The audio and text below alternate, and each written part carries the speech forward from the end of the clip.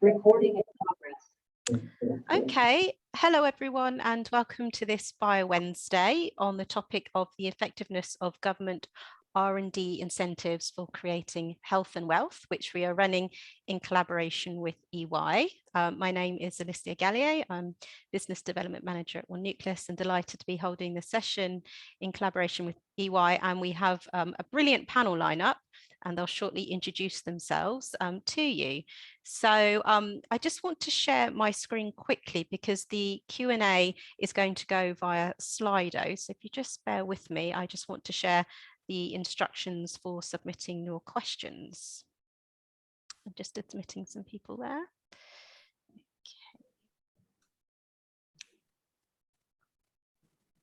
Okay, so if you'd like to submit a question during the session, and we will reserve some time at the end to go through those, then using your mobile device, if you go to www.slido.com and you enter that code 4271160, that will be an online platform where you can add your own questions and upvote existing questions if you'd like to. The reason for doing that is because we have some in-person delegates at Queen Mary Enterprise, and so this allows us both to submit questions into the same place. So I'll just leave that up just for a moment so you can get that up on your mobile device. And just to indicate that we are recording, as you will have heard. So I'll be sharing the recording with delegates post-session so you can catch up on the discussion and share that with colleagues if you think they may find it of interest.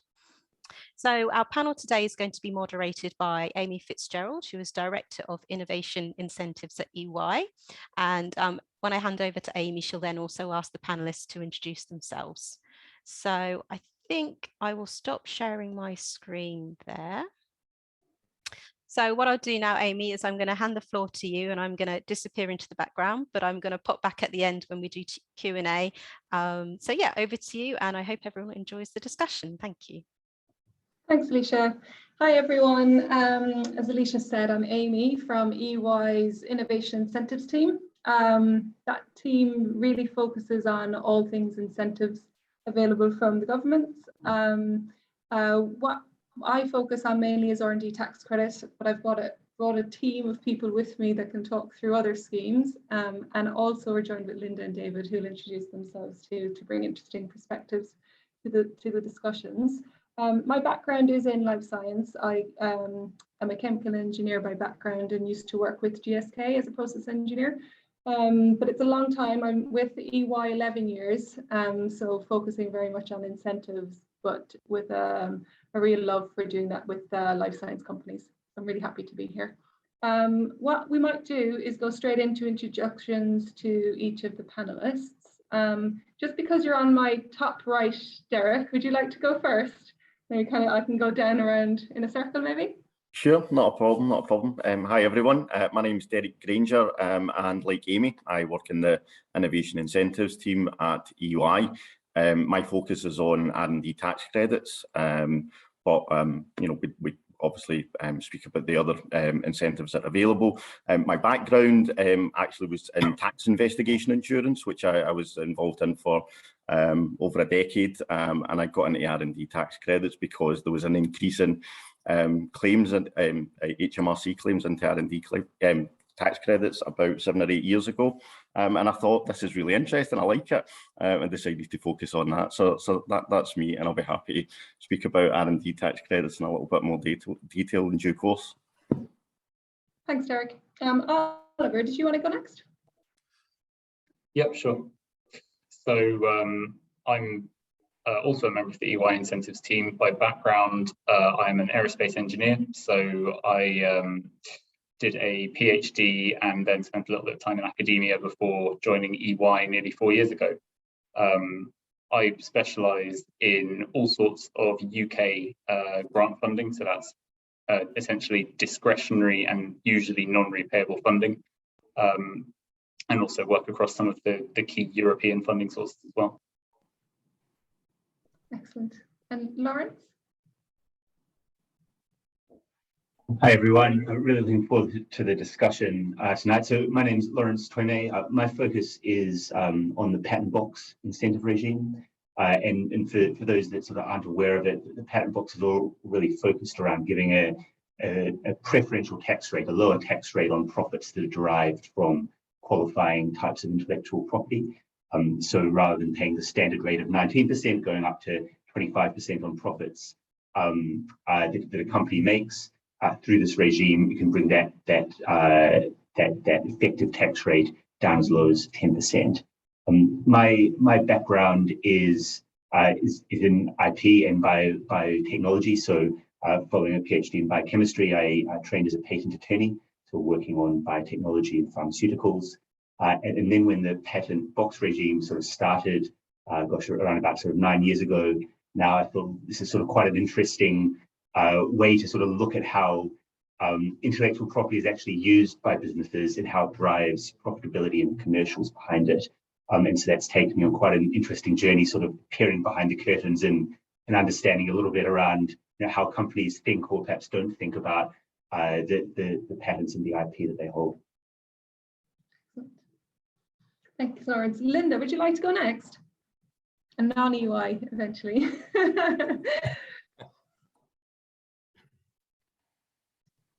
Here we go.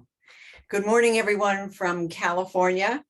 I'm delighted to be asked to join this esteemed group of experts on this subject matter. I am an economic developer, and I have specialized in business attraction, business retention, and growth strategies, working with startups, incubators, accelerators, improving innovation ecosystems, and foreign direct investment work, which is how I came to the attention of and working with One Nucleus.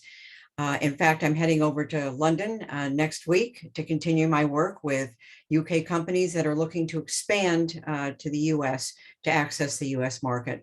So obviously R&D investments is a very important part of my portfolio. So thank you for asking me to join you.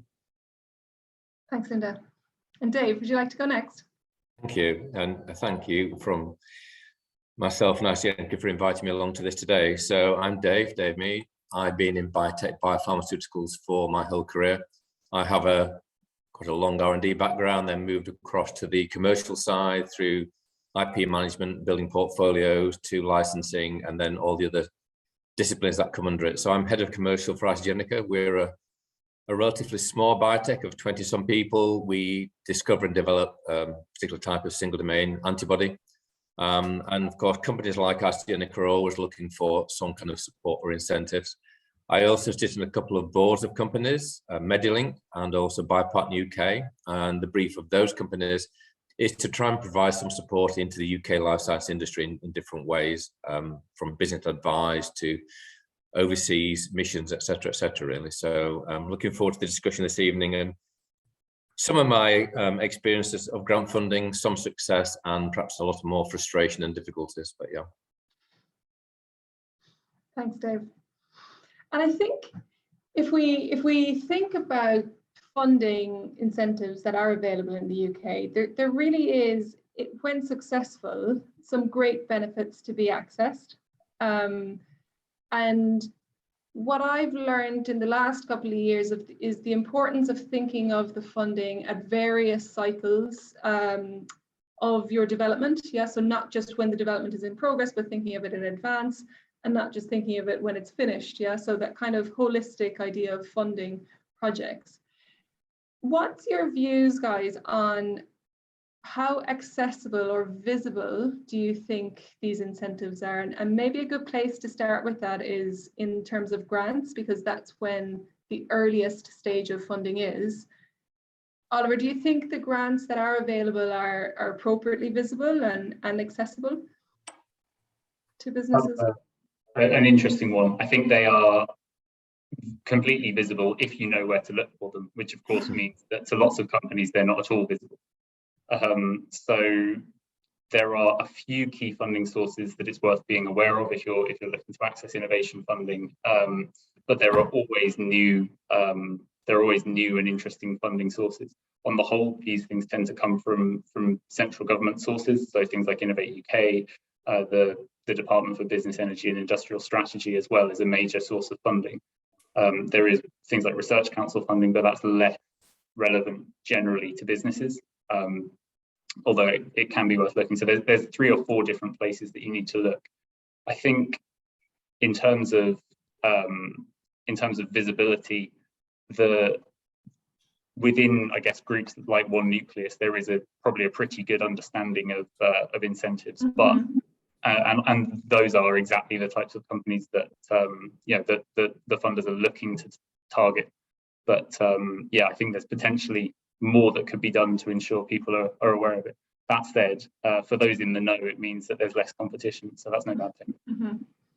And have you any thoughts, Dave, on what more could be done? Because I know a lot of these, or all of these schemes, have particular focus for this sector, but do we think it's effective enough for the sector? Do you think there's more that could be done in terms of making it visible or accessible? So even if you know it's there, how challenging is it to actually access the benefit? So I would certainly support Oliver in terms of the education, the awareness of the types of funding and where to find it. And I guess when you know which stone to look under, then the answer is always quite straightforward.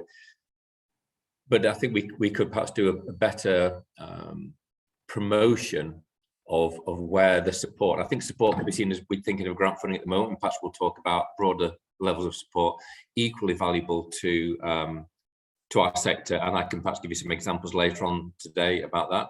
I think you mentioned the point is accessibility.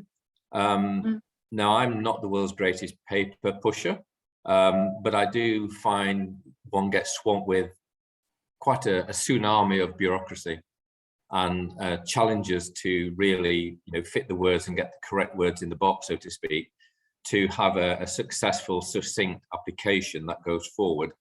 And again, just sort of building on that point, it would seem in the UK during the pandemic, also with the effect of Brexit, where there's still some European money as a hangover, but generally it seems to be disappearing. Correct me if I'm wrong, but that could be back to the awareness point. There seemed to be more of a scrabble by life science companies to access some of the Innovate, etc. funding bodies. And the bar for success in terms of application, almost going back to the days of academia, has become higher and higher. And the pass rate for your exams needs to be 86% or greater, which means in a panel of 5 reviewers, which is typical situation, you really need to be getting 8, 9 out of 10 with every reviewer and every question. There's usually typical format is 10 stages. So it can be quite daunting, and it does take a lot of effort.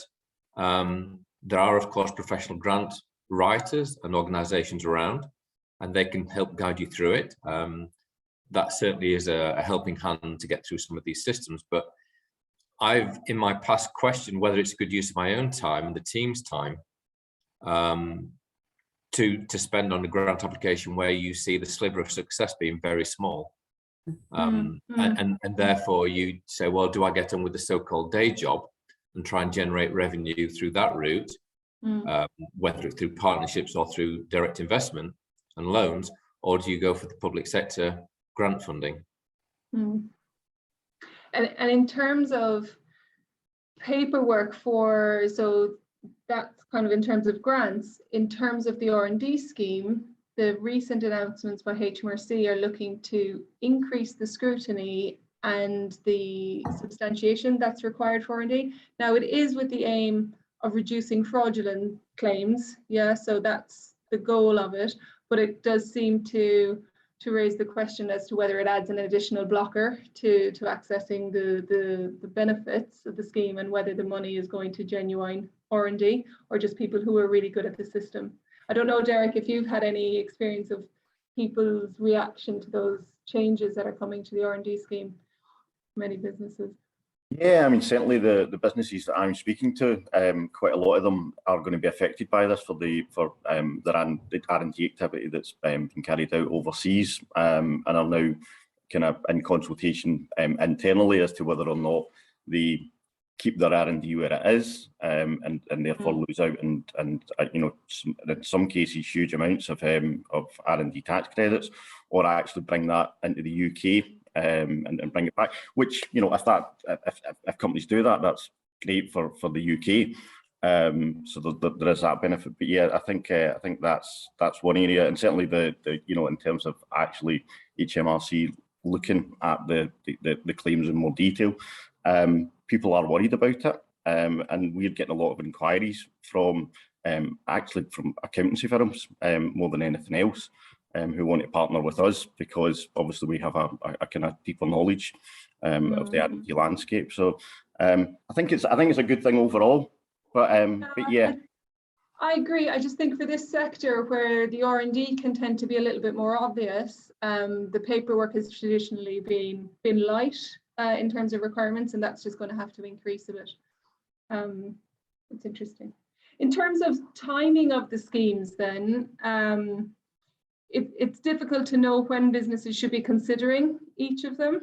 I don't know, Lawrence, in terms of Patent Box, do you feel companies are thinking of Patent Box too late because they're waiting until they're actually in a profit-making situation, or is there benefits to looking at that scheme at an earlier stage? Or we definitely see that companies that made decisions, took decisions sort of not to patent things that could be patentable, put them out on the market. They then turn into big sales and big sort of money spinners, but it becomes too late for that product to enter the regime. Often in the sort of biotechnology and pharmaceutical sector, actually they tend to be quite hot on patents. We find, and actually it's sort of very much part of the de rigueur of the business model, irrespective of Patent Box.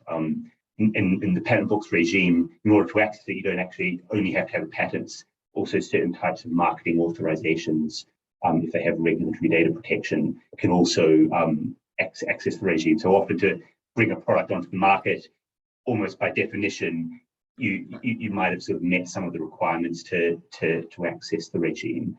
But certainly we find particular areas where there could be some real scope for improvement. So around generics, for example, where there could be some quite interesting manufacturing processes or other sort of technologies behind the scenes that actually could lead to quite significant levels of benefit. And there's often a way up with actually disclosing some of the trade secrets sort of around that. But it's something that helps companies sort of make a decision there. But yeah, so really we see a little bit of a mixed bag. But certainly, when you're thinking about the Patent Box, thinking early on can be really important, and not just for the actual patenting, but often for understanding which company will be making the profits. There were changes to the regime that have now come into force for all companies, where really you need to align the company doing the R&D activities with the company that's making the profit. So there are sort of substance requirements that can in some cases be quite complex for larger groups, and making sure that those are all sort of navigated with full eyes open sort of as early as possible can make a very big difference to the amount of benefit. But really, another element of Patent Box, I think, is just the awareness of the regime. So compared to, I think, sort of grants and R&D, it's definitely the little brother. There's around about sort of 1,200 companies taking advantage of the regime sort of in the UK. That increases by about 100 companies or so a year. And we think that there's definitely scope for finding more companies that are actually in a position already to benefit from the regime, and helping them to access it. And that comes back to that point about accessibility, right? It's not necessarily forthcoming, right? Yeah. Exactly right. And it can just be quite complex. It sort of falls at the kind of nexus of patent law and tax law and contract law, and actually, there tends not to be any one person in the business with a full overview across all those things. And so, it's very easy for it to be put into a too hard basket, or for companies just not to realize that the benefits there. So there's a real sort of evangelical point around just helping get that information out. I'd be really interested to sort of to know, from anyone in the audience, whether it's something that they're sort of thinking about, or there are it's on people's radars or not, because I think that's definitely one of the major challenges around the regime. Is there anything you think could be done in terms of that patent box scheme to increase the visibility of it? Similar question to what we were talking about earlier of the grants and the R&D scheme. Yeah, I mean, I'm sure there is. Like, it was interesting that there was actually a sort of an informal consultation around the patent box that the Treasury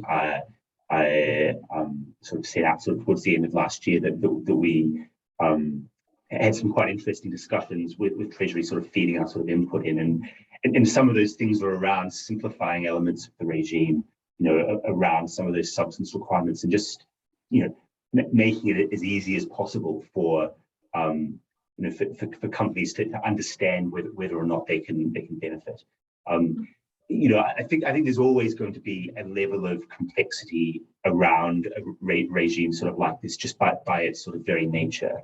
But yeah, I think making companies sort of feel like it's less of an intractable problem and just make it as easy as possible can make a real difference. Yeah, and then just to add on the grant funding side, there are kind of slow but potentially seismic movements in terms of the way that some of the funding is made available to businesses. So Innovate UK has been a part of UK Research and Innovation, UKRI, since I think at least 6 or 7 years now, but only in the last few months, since now that some of the post-Brexit changes are starting to flow through, they've restructured the way that they advertise their funding. So the dedicated Innovate UK website has been merged with that of UKRI. So that means it's now more of a one-stop shop for research council and business funding. They've changed the way that they're structured, so they're much more closely linked. Part of that comes from essentially a reworking of the UK's approach to state aid, or subsidy control as it's now known, post-Brexit. And the idea there is that eventually there'll be less of a distinction between that business funding and the more kind of university fundamental R&D type research. And hopefully that's expected to benefit companies more, coming back to the accessibility point. Could I just ask on that point, there's often an intervention rate set with a number of these grant awards, and they can have some hurdles to businesses as well, but do you expect that the intervention rates will change and become more attractive to businesses? That's certainly one of the things that was touted as a potential benefit post-Brexit. So the typical funding rates that you get for most competitions for things like Innovate UK are 50, 60 or 70%. That's 70% for smaller micro companies, 60 for medium and 50% for large companies. Now, those rates themselves haven't crept up so far, although that's not to say that they wouldn't. However, some of the definitions for company size for the purposes of grant funding are being shuffled around, which means that previously, for example, if you were smaller on the headcount size but became a medium company on the basis of turnover and things like that, you may find that you now once again qualify as a small company. So that is an effective way of increasing the funding rates there. There are other elements as well, like some competitions. Again, this is a hangover of the EU rules. There used to be EU assisted areas, which went all across the EU and obviously included various regions of the UK as well, various parts of Cornwall, Northeast, things like that. In the last couple of weeks, so this is hot off the press, the government has stopped using the assisted areas map for some of its latest competitions and has moved to a kind of pre-EU system. So at the moment, the assisted areas are essentially the same as the old EU areas, but it's likely that we'll see that increase because, again, under the previous rules, there was only a certain percentage of areas which could be the lower level of assistance, and then an even smaller percentage which could be the higher level of assistance. Now that we are free to set our own rules there, it's possible that more of the country will be bumped up. So again, through the combination of changing the company size and the potential to increase funding accessible in certain locations, that will mean that effective intervention rates will increase in some cases. I mean, sorry, just to add to it, I mean, I you know, some of my peers work in startup companies, and they will stop, you know, even when they're successful applying for grants, because they have to find the cash to match the intervention rate. So I know people who are now actively not entering into grant applications because of that reason. And of course, there's the allied is that you typically have to spend the money and claim it back. So you have to have the cash in the bank today to get your rebate tomorrow, so to speak. So I'm not saying that's a good or bad, but you know, these can be hurdles, especially to the smaller companies who might not quite have the same cash flow that larger organization has. They don't want to put in 30% of their own money, you know, for some of the novel research. They don't want to wait 3, 6, 9 months for it to be processed either. You know, that can be quite painful and a barrier to these companies. Yeah, absolutely. No signs so far of that changing, but one thing that people may or may not be aware of, there are actually companies out there, almost the grant equivalent of a payday loan. So they will, they are, you know, able to essentially front you some of the money to cover that match funded element. So if you are able to access a grant at 70%, but you can't fund the 30% match component yourself, you may be able to borrow it to cover that until you get your first payment in after your first quarter of the project. But again, presumably that comes with an overhead for those businesses. They will want to take their income from that model, I would assume.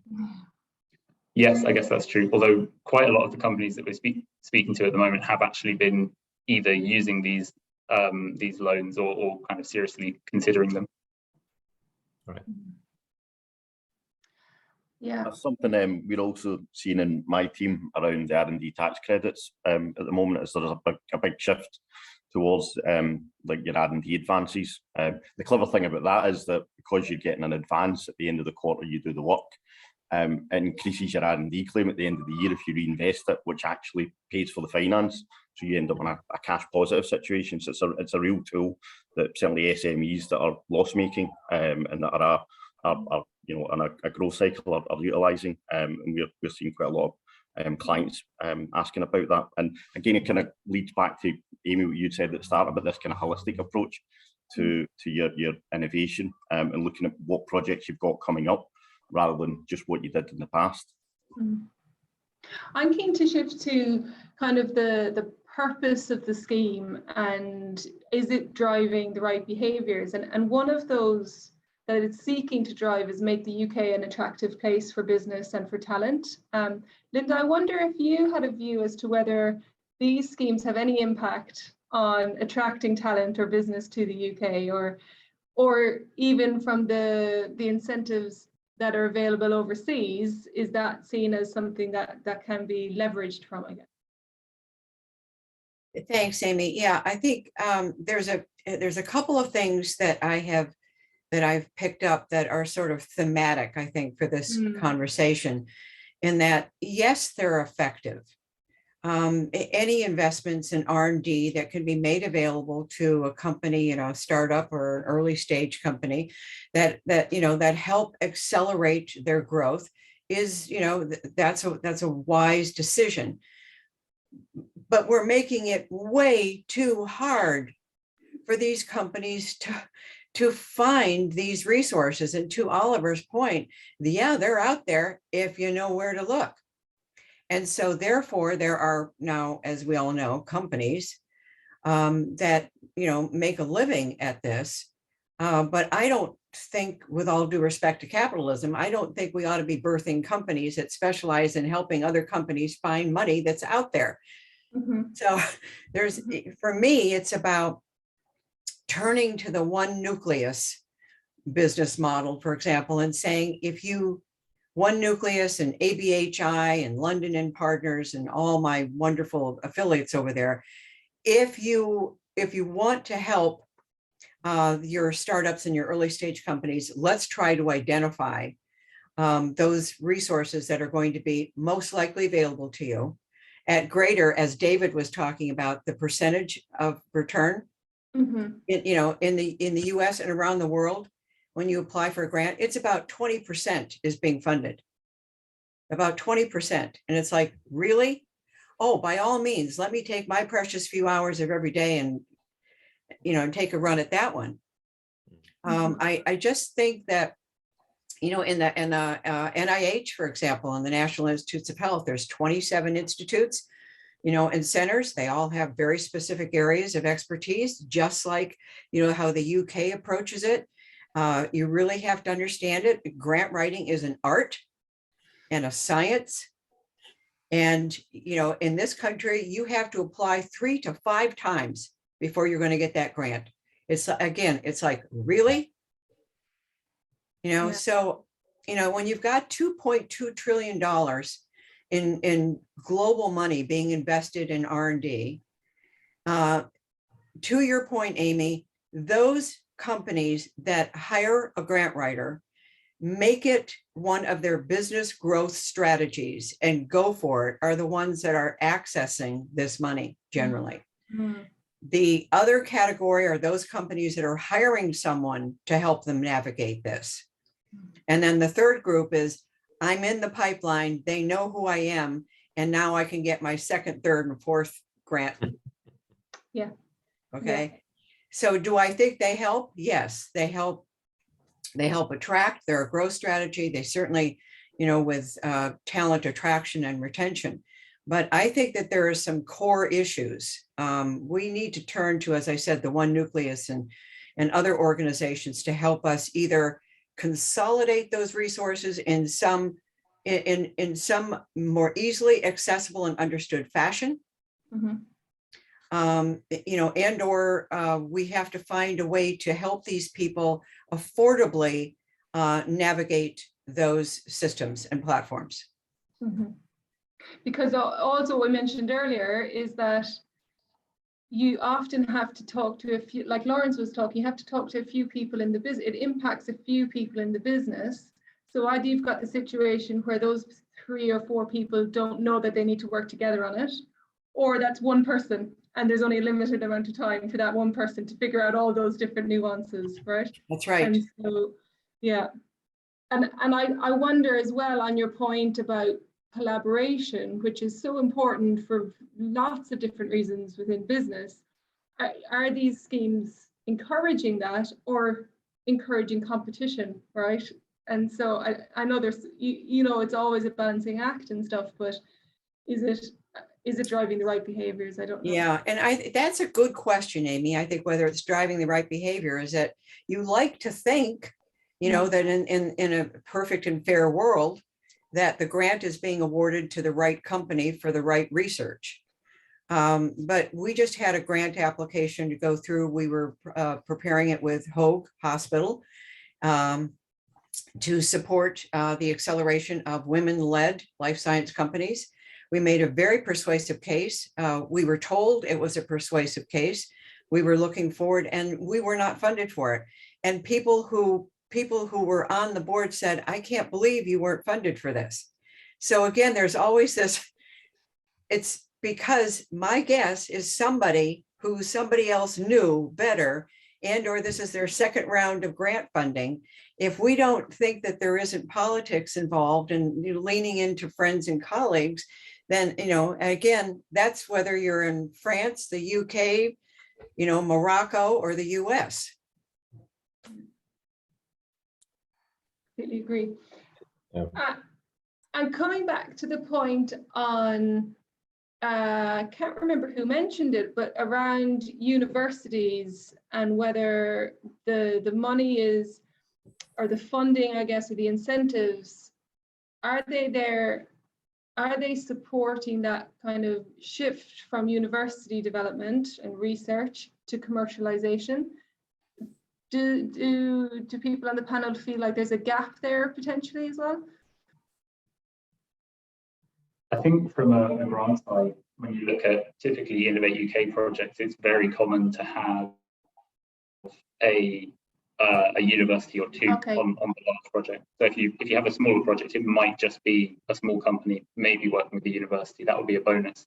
But on the really big project, the 2, 3, 4 million pound projects, it's pretty common to have 2 or 3 companies and maybe 1 or 2 universities working together. It's not to say that there couldn't be more done there, but I would say that yeah, it's not like there's no crossover between business and the universities. Excellent. I don't know what the rate in the UK is of that success of, you know, research development, and how often that gets transferred into a commercialized product. Or certainly, I know there was a report out last year that the CBI did, and the UK ranks very, very highly in terms of intellectual property being created in academia, but actually taking that through to commercialising it, we're really poor at it. We really are. And Lawrence, I'm sure you could probably speak of that better than me. But in terms of actually commercialising it, IP, and looking at patents for the commercial benefit of it, it's something that I think there's a real kind of gap there.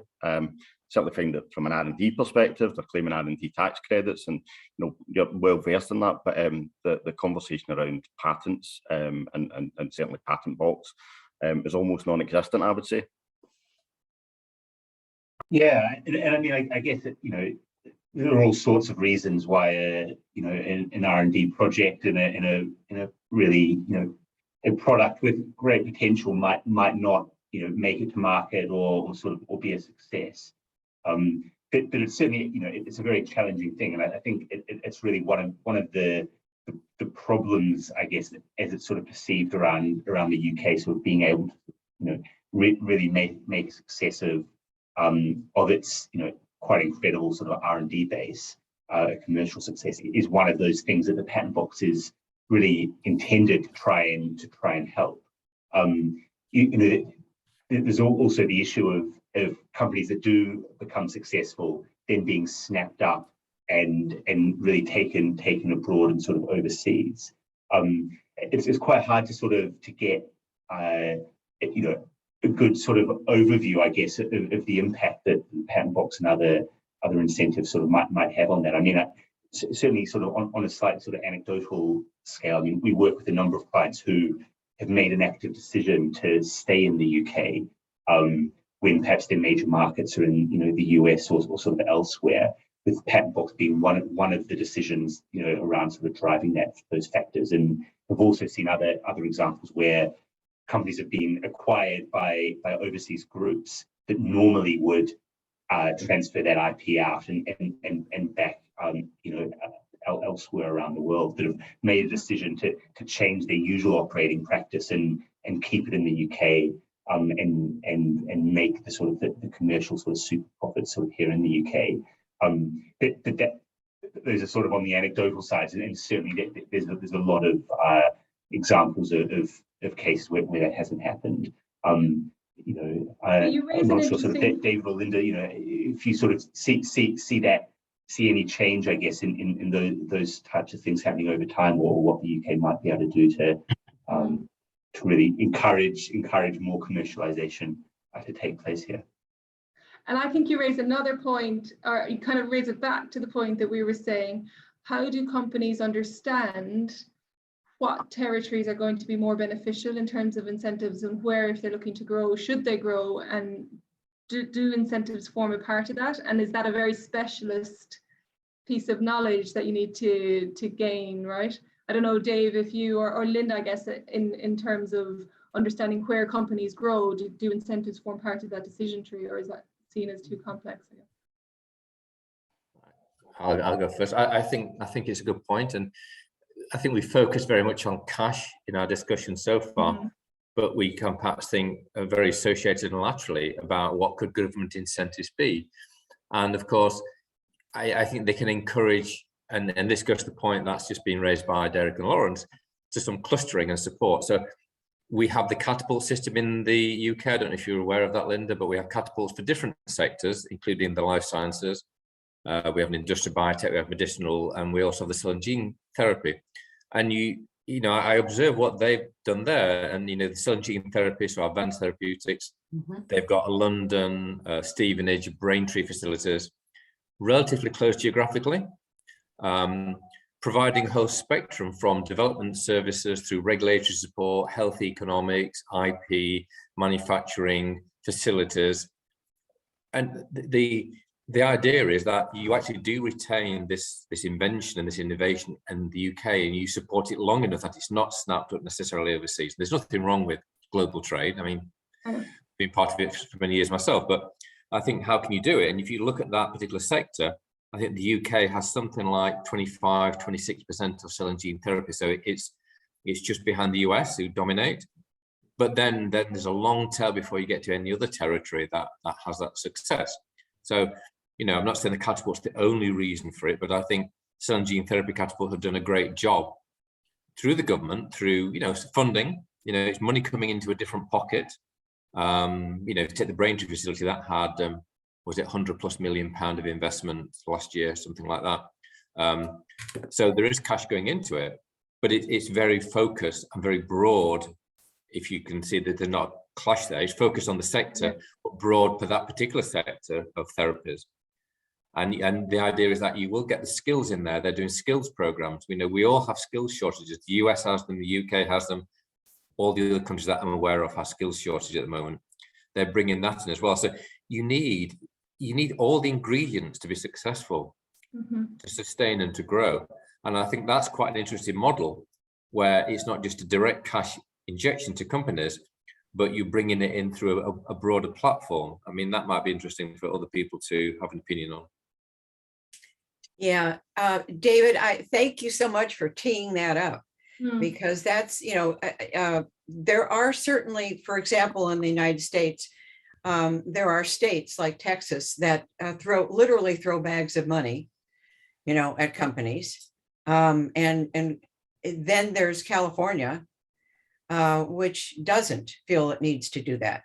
Now, do they have other kinds of incentives? Yes, they have a California Competes incentive. They have a California tax credit that UK companies can access. They have manufacturing tax credits. They have employment training tax credits.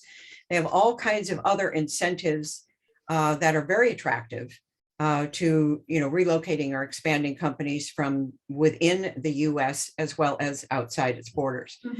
That said, there's also soft incentives. And what David is describing is what I've always referred to as a soft incentive, which is that we may not have a bag of money, but we do have an innovation ecosystem that is cultivating not just ideation, but is helping to identify capital, that is helping to identify a whole series of collaborations and partnerships and potential mergers and acquisitions that can accelerate growth or even exiting. We talk about ways that we can make it more affordable for people to move or expand into your area. The FDI work we're doing is not to take a UK company from the UK, but rather to help that UK company expand, and we'd like to be their US footprint. But our incentives, for example, the Irvine Gateway incentive, that's all soft incentives. We've identified over 100 companies, including EY, by the way, locally, who will give up to 2 hours of pro bono time with an expansion-ready UK company and help them answer all kinds of issues, everything from legal to visas to, you know, to accounting, regulatory issues, FDA navigation, anything that they might need to know. And then again, to David's point, what we are known for is we're known for life science concentration, 500 life science companies in that area already, just in Irvine, before you get into Orange County, just in Irvine. Medical device, oncology, aesthetics, ophthalmology are among our greatest strengths. So it's, people go where they are going to be nurtured, where ideation is going to occur authentically, and where there are opportunities to access ready talent. Those are pretty much the top things. And those are all incentives. No, and it's good for the talent. As an employee, then you know that if you're in a region, you can do career moves without having to upheave your family and all the rest of it. Yes, so, sir. You know, the Cambridge UK is quite a good example of that as a region for research companies. And I think the catapults are trying to do the same. So there are many ways, and I know it's perhaps sensitive politically, but I sometimes wonder, and I'll say it out loud, about some of the government agencies such as DIT, etc. Really good people, super badly organised by the government. You know, rather than having it sector focused, some of these people are great, but they cover many different sectors and disciplines. They're not just in biopharma, etc. You know, perhaps the government money could be funneled via the One Nucleus and the Medilinks and the OBNs and equivalent organisations, professional companies who understand how the sector beats and what it needs in terms of business advice, like Linda mentions, or cash, access to cash, or where to find the cash, and help them with those funds. So, you know, there are different ways of spending the money that comes from the government treasury. And at a personal view, I think we could do it more effectively. It might be contentious with government, but that's what we have in democracy. And I think what we've kind of talked through is there being potential barriers to access it versus creating an environment where everything is more open and not like everything is collaborative, but it's more appropriately discussed and supported, right? Nurtured, I think, is a word that Linda used, which is really what's needed, right? Yeah. Absolutely. Yeah. I am conscious of time. Happy to take any questions from anybody who's joined in, if there are any. I think, Alicia, there's none right now, is that right? No, sorry. Hi. Yeah, there's none on the Slido app. However, if easier, just to raise your hand, I can keep a watch out for that as well. So please do. So yeah, happy for the panel to go for sort of 5 minutes longer if you want. I think we had some interesting conversation around sort of sustainability in the pre-panel discussion, obviously being a key objective on the radar of many. So yeah, maybe we could lead into that, and then if there's no more questions, we can let everyone go a wee bit early. Oh, one's just come through actually. So there we go. From Eamon, so how well are sorry, let me just... sorry, I lost it. Are innovators in the use of TRLS? I'm going to pass. TRLS? TRLS, technology readiness levels. Oh, yes. That's a good question. I mean, they are quite broadly used across all sorts of funding. So they're seen in European funding. You know, things like Horizon Europe is big on technology readiness levels. Innovate UK refers to them as well quite often. It's about 50-50 from the companies that we speak to. You know, if we say, what TRL are you at? They either know or they give you a blank stare. And it varies by industry, actually. I think particularly in more kind of manufacturing focused industries, people are more familiar with technology readiness levels, manufacturing readiness levels, things like that. I don't know, Eamon, if there was a particular element to that. You know, if you feel that it would be important, you know, if raising awareness would be important in terms of improving accessibility to funding. In the farm. I do know that sometimes companies can feel that that's taken into account in terms of the R&D scheme, and it doesn't really form part of the decision tree in terms of whether things qualify and stuff like that. It kind of can form part of the substantiation behind claims, but doesn't tend to factor hugely in terms of what can be included or what cannot. I don't know if there was a follow-on to that. I think that covers it. That's great. Thank you. Thanks. Yeah, we were talking through just in ahead of this session around the challenges that the sector is facing in terms of net zero targets, and whether we feel that any of these incentive schemes are supportive in achieving those targets, or whether we feel they're more swayed towards large companies, or I don't know if any of the panel had a view as to whether they're supportive or not in terms of, because there's complex issues in the sector in terms of reaching those targets that require balancing, I guess.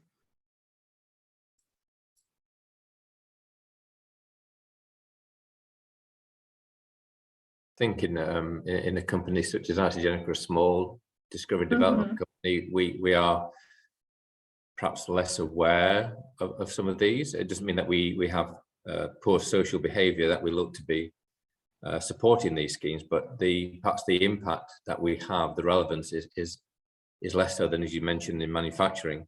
And for a few years I worked in Denmark for a company called Novozymes, who are more of an industrial biotech company, although we did set up a biopharma division, which is why I was there. And there was a high awareness and sensitivity to working in these areas, and it became part of their business model, to be honest, as well. What they could provide to their partners and clients to make them more neutral, if you wish. Yeah. And I think at the moment, a lot of companies are trying to establish that, like, where are they on the scale, right? And what are the influencing factors? And then which are the ones that we can tackle and which are the ones that we can't, right? So potentially a lot of companies are at that kind of assessment stage, which I don't know that incentive schemes would be kind of appropriate as part of that conversation. Certainly, if in doing that assessment and you identify some gaps, there can be some innovation or development that's needed to overcome those gaps, which is where the incentives can come in to support the actioning of those. I don't know if you're seeing that, Oliver, in terms of the grants. Is there an increased trend in grants that are coming up, swaying towards achieving those net zero targets? Yeah, I guess there's a couple of elements there. There has been, particularly in Innovate UK, a very reactive approach to what feels like essentially tacking on sustainability into a lot of their competitions, rather than being kind of well thought through funding to tackle sustainability initiatives. It's more just, here's a long running competition, and we'll add a small element to the scope, saying, projects must do this, projects must do that.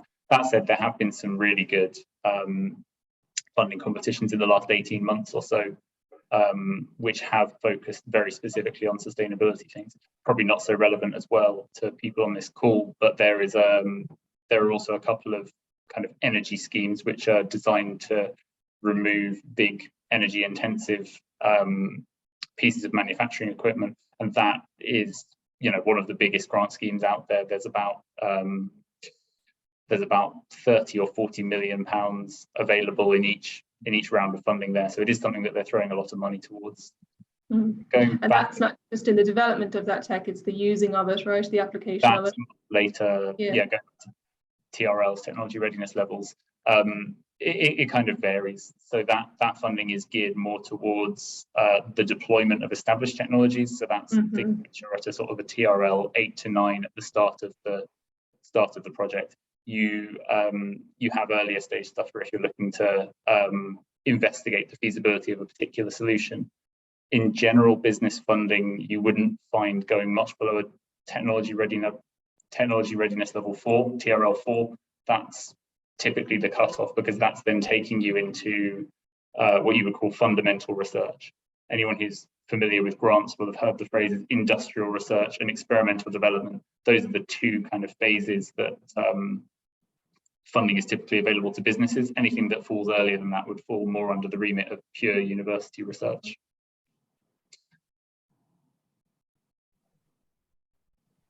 Excellent.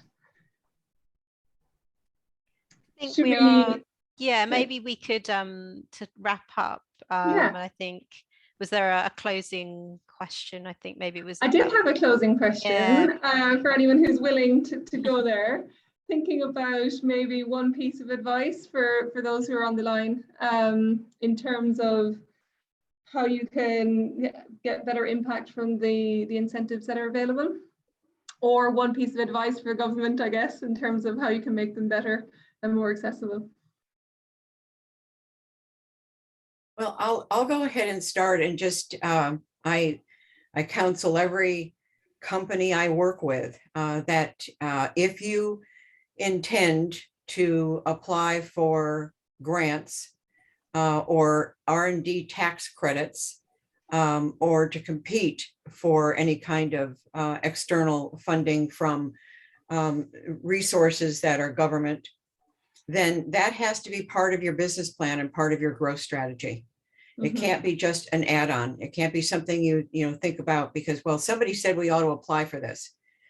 Okay, Yeah. if you have a business plan, then make this part of your growth strategy, take it seriously, inventory your existing universe of advisors and staff, and find someone who knows how to do this and knows how to do it well, so that you increase your chances of being funded as early as possible in any of your funding cycles. If you don't have anyone on your team or among your advisors that is willing to do it, then again, make it part of your growth strategy that this is one of your top hires. I couldn't agree more. It's wonderful. Thanks, Linda. And I completely agree with the strategy approach to that, and that's how it'll be sustainably effective, right? Yeah, brilliant. Yes, ma'am. Anybody else? I think the advice I would, sorry, David, were you just about to speak there? You No, go no, first. please, No, please. please. I guess reiterate or brackets politely repeat what I was mentioning before. I think the government could look at a number of the great organisations and companies that are around there. We talked about One Nucleus, OBN, BIA, etc., meddling. I think can utilise the skills in those companies who are there to support the life science sector in the UK in different ways, and to provide some funding through those, because I think that would be a more effective, better channel way of getting, call it financial support, whatever it might be, but the full support to the sector in that breadth that I think we need. And I think then it would have a focus. It would help with awareness. I think it would help with accessibility, etc.